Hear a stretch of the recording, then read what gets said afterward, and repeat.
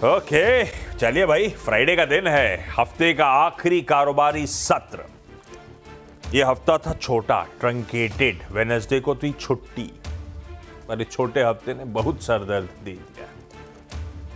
ये कल का पेनफुल सेशन दरअसल चौथा स्ट्रेट था, जब हम लगातार बैक टू बैक दबाव के साथ पिछले फ्राइडे से मंडे, ट्यूसडे और थर्सडे हर दिन प्रेशर और बीच बीच में रह रहे के प्रेशर माउंट होता चला गया।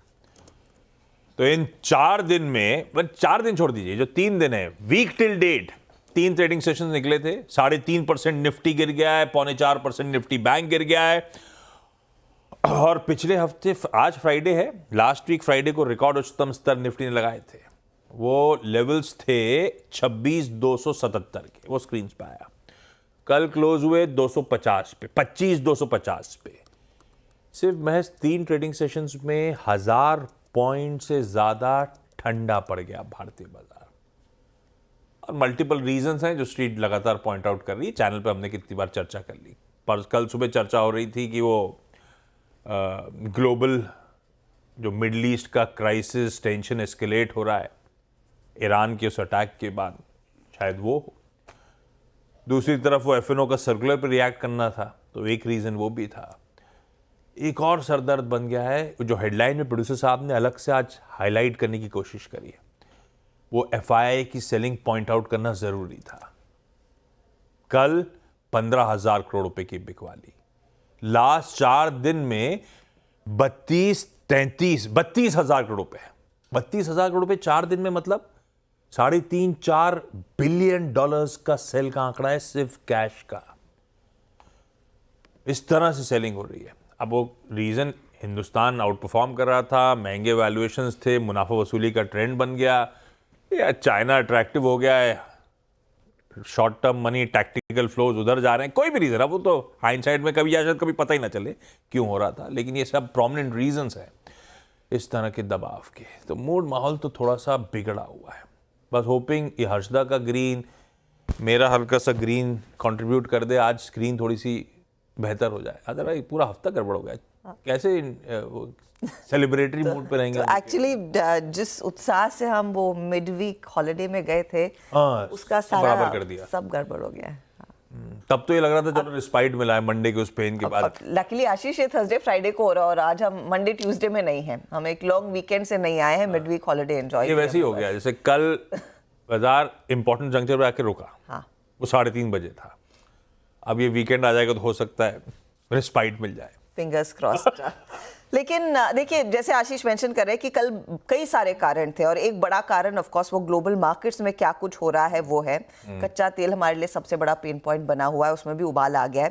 तो हॉर्मज हमारे साथ आ गए हैं, तो उनसे समझ लेते हैं कि कल हम टूटे। कल हॉर्मज 3 बजे आपका मैसेज भी आया था, एक बार डाउ फ्यूचर्स देख लीजिए, 150 पॉइंट की गिरावट वहां पर देखने को मिली थी। लेकिन क्या अमेरिकी मार्केट्स में उतना ही पेनफुल सत्र था जितना हमारे लिए था, या फिर उनकी स्थिति थोड़ी सी बेहतर थी? उतना पेनफुल नहीं था, बट उनका सेशन बड़ा ही वॉलेटाइल था। सुबह खुले नीचे, फिर सारे लॉसेस रिकवर कर गए थे, क्योंकि जो सर्विसेज पीएमआई का जो डेटा आया था वो अनुमान से बेहतर था। इनिशियल जॉबलेस क्लेम्स के जो डेटा आए थे वो अनुमान से थोड़े से कमज़ोर थे, बट उतना कोई चिंता की बात नहीं थी। सो इस लिहाज से फिर सेंटिमेंट थोड़ा सा सुधरा, तो फिर लॉसेस लगभग रिकवर कर गए थे। S&P 500, नैस्डैक पॉजिटिव भी हुए थे इंट्राडे, लेकिन फिर बाद में एक शार्प सेल ऑफ आया ऊपर के स्तरों से। फिर जो बाइडेन साहब का बयान आ गया कि भाई अब हम ये चर्चा कर रहे हैं कि अगर इजराइल ने ईरान के जो तेल के ठिकाने हैं, अगर वहाँ पर हमले किए तो अगर हम उसका समर्थन करेंगे या नहीं। तो उस वजह से तेल की कीमतों में बड़ा ज़बरदस्त उछाल आया, 5% की उछाल हुई तेल की कीमतों में, और उस वजह से सेंटिमेंट फिर से बिगड़ गया। डाउ जोन्स जो है वो 200 पॉइंट्स के नुकसान के साथ बंद हुआ, लेकिन S&P 500 और नैस्डैक इसलिए फ्लैट बंद हुए क्योंकि एनवीडिया के शेयरों में तेज़ी देखी गई थी कल। तो एनवीडिया के शेयर 3% ऊपर बंद हुए, तो उस वजह से S&P 500 और नैस्डैक को थोड़ा सा सहारा मिला। पर इतना ख़राब सेशन नहीं कह सकते जितना हमारे लिए था कल का सेशन। अब कहानी पूरे हफ्ते की यही चली आ रही है तेल की कीमतों की। अब मंगलवार को जब हम बाजार बंद कर रहे थे तो कुछ ही वक्त पहले, बंद होने से पहले, ये खबर आई कि ब्रेंट के जो भाव है वो $70 के नीचे चले गए। अब देखा जाए तो $80 के करीब आ गए। तो 2 सेशंस के अंदर अंदर लगभग $10 का उछाल देखने मिला है। तो इस वजह से जो सारे हमारे भी जो ऑयल सेंसिटिव्स है उनकी भी काफ़ी पिटाई हुई कल, आज भी वो फोकस में रहेंगे। एक ही हफ्ते में जो WTI क्रूड है वो 8% चढ़ चुका है। तो वो S&P 500 का जो एनर्जी इंडेक्स है वो इकलौता इंडेक्स है जो इस पूरे बाजार की गिरावट में पॉजिटिव रहा है, और वो उसका जो हफ्ता है वो इस साल का और एक साल में पूरा सबसे अच्छा हफ्ता हो सकता है S&P 500 के एनर्जी इंडेक्स का। अब सिटी ने कल एक रिपोर्ट लिखी थी जिसमें उन्होंने कहा था कि अगर इजराइल ईरान के जो बड़े ठिकाने हैं तेल के, वहाँ पर अगर हमले करता है तो लगभग 1.5 मिलियन बैरल्स पर डे की ऑयल की शॉर्टफॉल हो सकती है। अगर छोटे ठिकानों पर करता है तो 3 से 4.5 लाख की शॉर्टफॉल हो सकती है, पर शॉर्टफॉल होने की संभावना है। पर अगर दूसरी तरफ देखें तो ओपेक के पास काफ़ी सप्लाई है। अगर वो सप्लाई लाते हैं तो वो डिमांड सप्लाई इम्बैलेंस हो जाएगा बैलेंस, और चाइना भी अभी फिलहाल तो बंद है तो वहाँ पे भी उतनी कोई डिमांड की वो नहीं है। तो एक रैली तो हुई है, पर अब देखना ही है कि वो रैली सस्टेन कर पाती है या नहीं तेल की कीमतों की। अब बैंक ऑफ इंग्लैंड ने भी कल, गवर्नर साहब जो है वहाँ के, उन्होंने भी एक बयान दिया कि अगर वहाँ के इन्फ्लेशन के आंकड़े अच्छे आए तो आक्रामक तरीके से ब्याज दरों में कटौती होगी। तो वहाँ पर पाउंड कमज़ोर हो गया, वहाँ पर येन कमज़ोर हुआ था जापान में, यहाँ पाउंड कमज़ोर हो गया। तो अब वहाँ के जो प्रेडिक्शंस है वो कह रहे हैं कि बाकी की जो मीटिंग्स है बैंक ऑफ इंग्लैंड की, वहाँ पर 25-25 बेसिस पॉइंट्स के 2 कट्स आने की संभावना है। तो एक फिलहाल तो मिला जुला पिक्चर है ग्लोबल बाजारों में। एशियाई बाजार भी अभी फिलहाल तो मिक्स्ड ही कामकाज कर रहे हैं। जापान के बाजारों में भी कोई खास तेजी है नहीं, तो वहां पर भी एक मिक्स्ड पिक्चर है। निकाय, अब कॉस्पी, साउथ कोरिया के बाजार बढ़त के साथ कामकाज कर रहे हैं, मगर हमारा मूड माहौल थोड़ा सा बिगड़ा हुआ हो सकता है, और इस तेल की वजह से ये शायद ज्यादा हो सकता है। तेल सरदर्द है हमारे लिए। लेकिन बाइडेन साहब को क्या जरूरत थी इजराइल को, ईरान को वार्न करने की? पहले से स्ट्रैटेजी बता देने की इजराइल की। अगर करना ही था तो इनको बताने की जरूरत थी। लेकिन ठीक है, उनके बयान से लेकिन मामला गड़बड़ा गया है। $78 पे आके खड़ा है कच्चा तेल, और वो हो गया हमारे लिए सबसे इंपॉर्टेंट क्यू। आज एशिया में चाइना अभी भी बंद है। एशियन मार्केट्स का परफॉर्मेंस आपकी स्क्रीन पे दिखाता हूं। हैंगसेंग वापस अब धीरे धीरे करके और इंच अप कर रहा है। मेरे सामने अभी कुछ ही देर में 3/4 था। जब तक हॉर्मास बात कर रहे थे पता नहीं क्या हुआ, एकदम से 1.25%, सवा नहीं, अब 1.5% की तरफ हैंगसेंग बढ़ रहा है। हर टिक के साथ बहुत तगड़ी मजबूती। तो जब शंघाई लौट के आएगा, मुझे लगता है तैयारी हो रही है वहाँ पे और तगड़े उछाल की, क्योंकि हैंगसेंग रुक के नहीं दे रहा है। ये है एशिया। एशिया लार्जली ठीक ठाक है, हम थोड़े से सबड्यूड खुलेंगे। गिफ्ट निफ्टी गांधीनगर संकेत दे रहा है कि थोड़े से फ्लैट लाइन के इर्द गिर्द हल्की कमजोरी के साथ शुरुआत। एक अच्छी बात यह है कि यूएस के फ्यूचर धीरे धीरे इंच अप कर रहे हैं। सुबह 7 बजे लाल में थे, फ्लैट थे, लेकिन लाल में अभी हल्के हल्के ग्रीन में आ रहे हैं। एशिया सुबह से अब तक के बीच में बेहतर कर रहा है। गिफ्ट निफ्टी 50-60 पॉइंट दबाव वाला था, लेकिन उसमें ऐसा कुछ हुआ नहीं है। 30-35 पॉइंट थोड़ा सा कमजोरी कम हुई है। तो जब तक 9 बजे तक जा रहे हैं, एशिया पर नजर रखिएगा। मूव्स थोड़े बहुत सुधरने शुरू हुए हैं। ऐसे में वीरू के पास चला जाए और समझा जाए कि ये जिस तरह की जो ताबड़तोड़ पिटाई हो रही है हमारी, थमेगी कि नहीं थमेगी। डेटा क्या कहता है, थमेगी तो कहां थमेगी। दरअसल अब तक हमने ब्यूटीफुली मैप करा है बाजार की चाल को। पहले अपन ने कहा था इस सीरीज के लिए बड़ा इंपॉर्टेंट है 26,000 का जोन, वो वायलेट हुआ तो आप तैयारी करिएगा 25,550, 25,500 की। और खुदा ना खास्ता अगर वो भी वायलेट होने की तैयारी हो रही है तो आप शायद एक डीप डाइव करेंगे 25,231 की तरफ। और वही कल के, नहीं, कल का लो उसके नीचे था इनफैक्ट 25। ये तो 3 मंथ का चार्ट है ना। नहीं, तो कल का लो हमने वही था एग्जैक्ट, मेरे ख्याल से 25,230 एग्जैक्टली वही था। हाँ, एग्जैक्टली वही था। ये आ गया वही। मैं कहा तो सुबह मैंने देखा था ठीक बैठा था, एकदम से कैसे डायरेक्टर साहब कुछ भी बदल देते हो यार, टेंशन हो गया था मुझे। 25,230 प्रिसाइसली वही जोन्स थे जो हमने नीचे के स्तर छुए। तो कितने भी एग्रेसिव डाउनसाइड के टारगेट्स हों, बाजार ने हमें वहां पहुंचा दिया। वीरू अभी भी कोई डाउनसाइड का टारगेट खुला हो तो बता दो भैया, नहीं तो हो गया ना सब कुछ। कुछ स्टेबिलिटी लौटेगी, कुछ डेटा कह रहा है ऐसा या ऐसा कुछ नहीं। पहले निफ्टी 50 की चर्चा करते हैं, उसके बाद निफ्टी बैंक पे उतरेंगे वीरू। देखिए आशीष, ये जो 25,500 टूटने के बाद 231 का अगर आप देखें, जो मैंने कैलकुलेशन किया था उसके पीछे एक कारण था। हिस्टोरिकली जब भी आप देखिए सीरीज का सेकंड बेस टूटता है उसका इंट्राडे जो स्विंग होता है ना, वो बहुत पेनफुल होता है। और यही बात मैंने कल 8 बजे ही बोली थी, और 9 बजे जब मेरी हर्षिता से बात हो रही थी तब भी मैं बोल रहा था कि ये जो इंट्राडे में सेकंड बेस टूटता है बड़ा पेनफुल होता है, और 231 उसी की कैलकुलेशन थी। उसको बैक कर रहा था, उसको सहारा दे रहा था एक डेटा, और वो था FIS का 3,18,000 कॉन्ट्रैक्ट का नेट लॉन्ग खड़ा होना। अब वो कल अगर आप देखें तो इतना बेतहाशा बेच गए कि पूछिए मत। मतलब एक ही सेशन में इतनी भारी मात्रा में कैश सेलिंग, लार्ज कैप की सेलिंग और इंडेक्स के लॉन्ग को अनवाइंड करके शॉर्ट कर देना, मतलब आप सिंगल सेशन में इतना सोचते नहीं कि शायद वो ऐसा करेंगे, बट उन्होंने कल किया।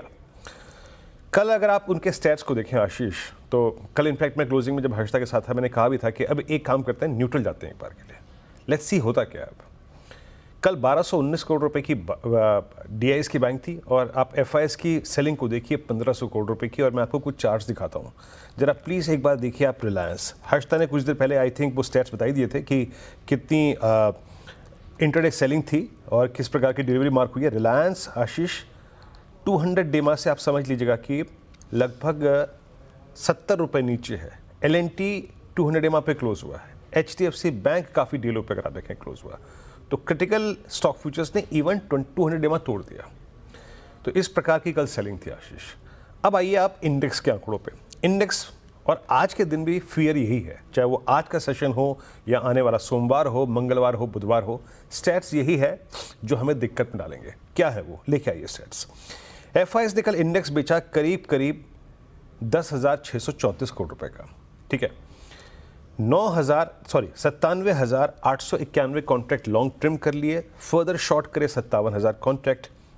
और ये जो कल का डेवलपमेंट था, अगर आप उनके नेट लॉन्ग स्टैट्स को देखें आशीष, तो वो आ चुके हैं इन अ सिंगल सेशन 3,20,000 से रिड्यूस होके 1,62,000 कॉन्ट्रैक्ट। अब जरा इस डायग्राम को फुल दिखाइए। फियर क्या है? फियर अभी शॉर्टिंग का नहीं है, फियर है इस लॉन्ग अनवाइंडिंग का। आप हिस्टोरिकली जाइए, जब आप ये जो लास्ट मंथ देख रहे हैं, कुछ मई जून के क्या थे, ये टेंडेंसी रखते हैं माइनस, यानी शॉर्ट 2 लाख कॉन्ट्रैक्ट। सो अभी भी हमारे लिए रिस्क बहुत है, एंड स्पेशली मैं CNBC आवाज़ के जो ट्रेडर हैं इस बात को थोड़ा लेकर सचेत कर रहा हूँ कि प्रैक्टिकली कुछ भी हो सकता है, ठीक है। तो आइए अब लेवल्स को मार्क कर लेते हैं कि कहाँ पे किस लेवल के बाद कंफर्ट आएगा। प्लीज़ चार्ट्स लेके आइएगा। चार्ट्स पे कल हमने, अगर आप निफ्टी को देखें तो 20 डे एक्सपोनेंशियल मूविंग एवरेज 25,550 पे वायलेट कर दिया। हमारा क्लोज हुआ है करीब 25,250 का, और आपका अब 50 day exponential moving average placed है 25,066 पर, 25,066 पर next average 50 day exponential moving average placed है। कॉल राइटिंग के स्टैट्स लेके आइए। जब बाजार कल बिक रहा था, क्रैक हो रहा था, नई वीकली सीरीज का कमेंसमेंट हो रहा था, स्टैट्स डेवलप हो रहे थे, उसमें 25,500 और 400 की कॉल सबसे ज़्यादा बिकी हुई है। 25,500 पे आउटस्टैंडिंग वाइज 34 लाख का। नीचे पुट्स में कंसंट्रेशन कहाँ पर है? 25,000 की पुट। अब जहन में एक चीज़ रखिएगा, 26 फर्स्ट था, सेकंड था 25,500 और थर्ड है 25,000, third base of the series. और वो भी मात्र कितने सेशंस में? 5 सेशन में, 4 सेशंस में। लेके आइए लेवल्स टू वॉच। बड़ी कॉल राइटिंग है 25,400 पे, 25,500 पे। एक वीक पुट राइटर खड़ा हुआ है 2500 पे, और इन दोनों ही एवरेजेस के बीच में, मतलब इन दोनों अगर आप देखें एजेस पर प्लेस्ड है आपका 25,500 पे क्या है? 20 डेमा, और 25,000 पे क्या है? 50 डेमा। तो यही 500 पॉइंट हमारे लिए क्रिटिकल है, विद 25,000 सीरीज का थर्ड बेस। लेके आइए लेवल्स टू वॉच। आशीष, जब तक कि ये पहली ट्रेजेक्ट्री RS1 नहीं क्रॉस हो रही है, वीकनेस परसिस्ट करेगी, अनसर्टेनिटी परसिस्ट करेगी, सेल एंड राइज का ट्रेड काम करेगा। आपको स्क्रीन पर शायद एक बार के लिए लगेगा कि बाजार सुधर रहा है, बट नहीं। जब तक 25,529 नहीं कट रहा है, एक टर्म होती है टेक्निकल्स में, that is called classical 20 day exponential moving average reversal. वो ट्रेडर्स फोकस करते हैं उस पर, वो बिक्वाली में कन्वर्ट होता है। तो टिल द टाइम RS1 नहीं बाइसेक्ट हो रहा है डिसाइसिवली, एक सेशन, एक डे, 2 दिन, तब तक हम लॉन्ग नहीं करेंगे। ये सेल एंड राइज का बाजार रहेगा। नीचे की तरफ क्रिटिकल क्या है? नीचे की तरफ जब मैं शॉर्ट्स के ट्रेड लूं तो क्या करूं? कल का लो अगर वायलेट होता है तो स्विंग टुवर्ड्स 25,133 एंड 25,066 पॉसिबल है। अब 25,000 और 25,066 क्या है? Third base and 50-day exponential moving average. ये होल्ड करता है तो ठीक है, एक पुल बैक आ सकता है, अन्यथा अगर ये क्रैक हुआ तो swing towards 24866 looks possible.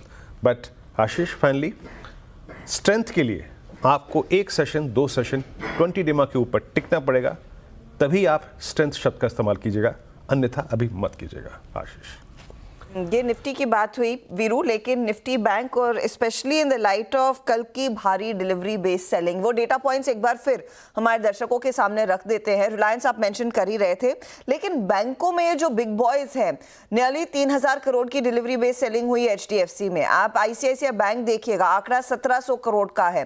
Axis के केस में 1600 करोड़ का आंकड़ा, स्टेट बैंक ऑफ इंडिया के केस में 1353 करोड़ के आसपास की डिलीवरी बेस्ड सेलिंग के आंकड़े। तो जो बेसिक नींव बनती है निफ्टी बैंक की, इन दिग्गज बैंकों की बदौलत ही बनती है, और इन्हीं में अगर इतनी भारी भरकम बिकवाली आ गई है तो क्या और दरारें देखने को मिल सकती है? देखिए आशिता, अभी तो चार्टिकली इन स्टॉक्स में बहुत स्कोप है प्राइस डैमेज का। मैं आपको इससे बताता हूँ, अभी भी SBI अपने 200 डेमा से करीब 40 रुपये ऊपर है। मैं एक स्टॉक्स को देखिएगा, AU small finance bank well above 20-day exponential average, axis bank अभी भी अपने 200 डेमा से 25 रुपये ऊपर है, बैंक ऑफ बड़ौदा बिलो 200 डेमा, कैनरा बैंक अबाउट 200 डेमा, और साथ ही साथ फेडरल बैंक, ये तो स्ट्रॉन्ग स्ट्रक्चर है, इसको छोड़ते हैं। HDFC बैंक रिट्रेस हुआ है कल अपने 50-day एक्सपोनेंशियल एवरेज तक, ठीक वही जहाँ पे निफ्टी बैंक जहाँ तक रखा हुआ है। मतलब इस फॉल में अगर आप HDFC बैंक को मार्क करें तो बिल्कुल प्रतिबिंब आईने की तरह अगर आप देखें बैंक निफ्टी बिहेव कर रहा है। कल बैंक निफ्टी भी 50 डे वहाँ पे क्लोज हुआ है, कल आपका HDFC बैंक भी 50 डे एक्सपोनेंशियल एवरेज पे क्लोज हुआ है। स्कोप अभी है, याद रखिएगा। बट एक चीज़ है, इस निफ्टी के क्रैक से पहले निफ्टी बैंक का क्रैक शुरू हो चुका था ऑलरेडी, यह बात याद रखिएगा। कंटिन्यूसली 5 सेशन में काफ़ी प्राइस डैमेज हो चुका है। प्लेसमेंट देखिए ऑफ कॉल राइटर्स, बड़े कॉल राइटर्स प्लेस्ड हैं करीब 52,500 की ट्रैजेक्टरी में, पिरामिड्स में ये क्लियरली डिफाइंड है। अब आप ये सोचिए कि प्राइस क्लोज हुआ है 51,845 पे, दिमाग लगाइए इसे थोड़ा सा। प्राइस क्लोज हुआ है 51,845 पे, बट कॉल राइटर जाके प्लेस्ड हुआ है 52,500 पे। उसकी थिंकिंग क्या है? उसकी थिंकिंग ये है कि माइट बी अगर बाजार में पुल बैक आया तो निफ्टी बैंक एक पुल बैक पहले जनरेट करेगा वर्सेस निफ्टी, इसीलिए उसने अपनी प्लेसमेंट को CMP से थोड़ा दूर रखा है। इसीलिए अब रणनीति जो है उसमें थोड़ी सी स्लाइट डिफरेंस है वर्सेस निफ्टी। लेवल्स लेके आइएगा। निफ्टी बैंक का RS1 परसिस्ट करता है करीब 52,000 का कॉल राइटर, और साथ ही साथ 20-day एक्सपोनेंशियल मूविंग एवरेज 52,000 और 52,231। अगर ये जोन बाइसेक्ट होता है तो swing towards sharp swing towards 52529 and 690 possible. अगर ये 50 डेमा की ट्रैजेक्टरी पार होती है तो वहाँ तक का स्कोप मिल जाएगा। बट अगर ये वहाँ तक गया तो ये वहाँ पे एक अच्छा classical 20-day exponential moving average sell trade का कैंडिडेट बन सकता है। बट अगर बैंक निफ्टी फर्स्ट इंस्टेंस पे 52,000 और 52,231 के जोन को भी बाइसेक्ट नहीं कर रहा है तो ये सेल एंड राइज की अप्रोच रहेगी, और in that case Nifty bank जो लेवल टेस्ट कर सकता है वो है बेस 1। जब भी आप शॉर्ट करें बेस 1 को कंसिडर करिए, ये पुट राइटर्स का जोन है, और ये जो आखिरी में आप एक लेवल देख रहे हैं ना 5984, मैं सिर्फ आपके जहन में एक पिक्चर ड्रॉ कर रहा हूँ, that's exactly 100-day exponential moving average for Nifty bank. तो अगर कोई बाजार में पुल बैक आया हर्षदा, तो उसमें सबसे पहले जो योगदान करेंगे वो बैंक्स हो सकते हैं, क्योंकि बैंक्स ज़्यादा ओवरसोल्ड है, ज़्यादा बिकवाली यहाँ पे हुई है 4 दिन से, और उसका टेस्ट ऑफ स्ट्रेंथ जो होगा ना उस पुल बैक का, वो होगा 52,000 और 52,231 पे कॉल राइटर्स का पहला जोन, और 50-day exponential moving average. Harshada, बहुत बढ़िया। ये है निफ्टी बैंक का आज हफ्ते के आखिरी दिन का अप्रोच। कौन से की लेवल्स आपको वॉच आउट करने हैं वो आपकी स्क्रीन पर है। गजब सेलिंग है भाई साहब। कल डेरिवेटिव्स में कुल मिलाकर 84,000 करोड़ की सेलिंग, कैश में 15,000 करोड़ रुपए की सेलिंग, कुल मिलाकर 1 लाख करोड़ रुपए के आसपास। और एक चीज बार बार हैंग सेंग दिखा रहा हूं, मैंने कहा था 1% आज खुला सुस्त था, मुझे लगा चलो थमा है, अब चाइना का वो खत्म। एशिया दिखाइएगा, अपन ने विजिट करा था 1.25% ऊपर था, हैंग सेंग अब 2% से ज्यादा मजबूत है। ये सब जब शंघाई खुलेगा तो उस पर पर्कुलेट होना है। तो अगर नियर टर्म में इंडिया से आउटफ्लोज चाइना की तरफ जा रहे हैं, जैसे सब कह रहे हैं टैक्टिकल आउटफ्लोज, ऐसे ही रहा मूड माहौल तो ये कंटिन्यू कर सकता है at least for the time being. इसीलिए हैंगसेंग बड़ा इंपॉर्टेंट, उस पर अपन दिन भर रुझान नजर रखेंगे। और दूसरी तरफ क्रूड, थोड़ा सरदर्द बढ़ रहा है, इसलिए वीरू की थोड़ी सी कॉशियस कमेंट्री भी आपने ऑलरेडी सुन ली। अब जोड़ देता हूं थोड़ा सा स्टॉक्स के तड़के। सीएनबीसी आवाज का मॉर्निंग पैनल स्क्रीन्स पे आप सबको रेडी नजर आएगा। बहुत ज्यादा ग्रीन का गाबा सर, कल बोला था ग्रीन पहनना है अपने को।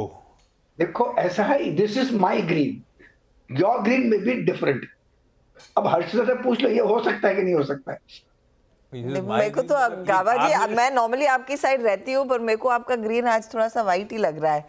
ये पिस्ताशियो ग्रीन है क्या? अब मैं इसको ग्रीन बोलता हूँ। ये ग्रीनिश शेड पहने हो आप क्या आज?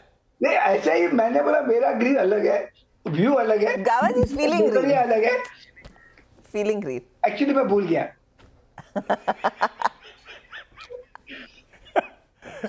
आशीष बोल रहा है चश्मे का नंबर चेंज कराना है क्या? मैं तो रुमाल निकाला था चश्मा साफ कर लूं, ये मामला कैसा है? गावा जी वाइट ही पहने हुए भैया, ले दे के भूल गए, कोई बात नहीं। थोड़ी देर में टाई तो एटलीस्ट ग्रीन पहन लेना आप। 2 मिनट में अभी कर लो, बस ब्रेक एंड कम बैक।